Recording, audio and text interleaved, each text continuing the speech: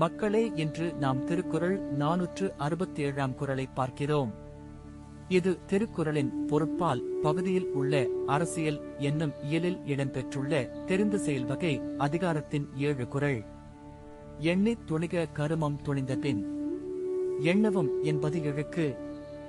இந்த குறள் சொல்ல வருவது என்னவென்றால், எதையாவது செய்யும் முன் நன்கு யோசித்து திட்டம் தயாரிக்க வேண்டும் என்ற பொருள் இது. முன்கூட்டியே எண்ணெய் காரணங்களை ஆராய்ந்தால் பின்னர் தாழ் எண்ணம் தீங்கு விளைவிக்காது. மறுபுறம் உடனே செயல்பட்டு பின்னர் பொறுமையில்லாமல் பச்சாதமாக எண்ணினால் அதே பணி நிறைவேற்ற அதிக நேரமும் முயற்சியும் செலவாகும். என்னால் நான் நிச்சயமாக இப்போது நம் வாழ்க்கையில் இக்குறை மிகவும் பொருத்தமானது. இதை புரிய 2 நடைமுறை குறிப்புகள் கொடுக்கிறேன்.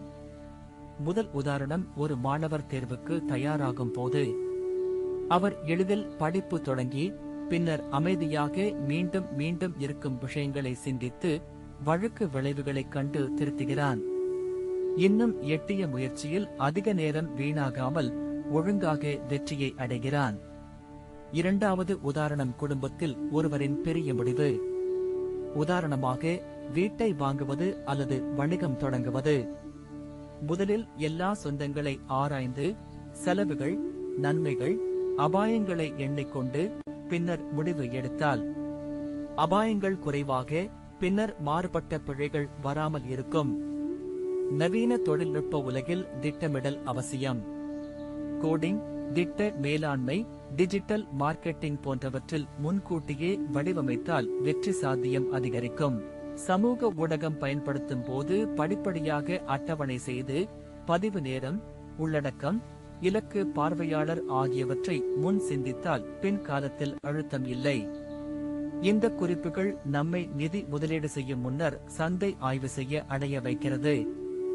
மாதிரியாக, பங்குச் சந்தையில் முதலீடு செய்யும் முன் நிறுவனம், நிதி காரணிகள், பொருளாதார சூழல் பற்றி ஆராய்ந்தால் இழப்பு வாய்ப்பை குறைக்க முடியும். இன்றைய வாழ்க்கையில் இந்த குறளை நாம் பின்பற்றினால் நம்மால் சுய மேலாண்மை மேம்படும், தவறுகள் குறையும், காலம் பாவனை அதிகரிக்கும். சமூகத்தில் நியாயமான தீர்மானம் எடுக்கலாம், மற்றவர்களின் நம்பிக்கையையும் பெறலாம். அதனால் நாம் வெற்றியையும் அமைதியையும் அடையக்கூடி. இந்த குறள் நம்முடைய ஒவ்வொரு செயலும் முன்கூட்டியே யோசித்து திட்டமிட வேண்டும் என்று உறுதுணை வழங்குகிறது. இது அரசியல், வணிகம், குடும்பம், கல்வி எல்லா துறையிலும் பயனுள்ளதாகும். இப்போதே இந்த அறிவை உங்கள் தினசரி பழக்கமாக மாற்றுங்கள். அதனால் ஒவ்வொரு நாளும் சிறிய வெற்றிகளை காண அதிக வாய்ப்பு கிடைக்கும்.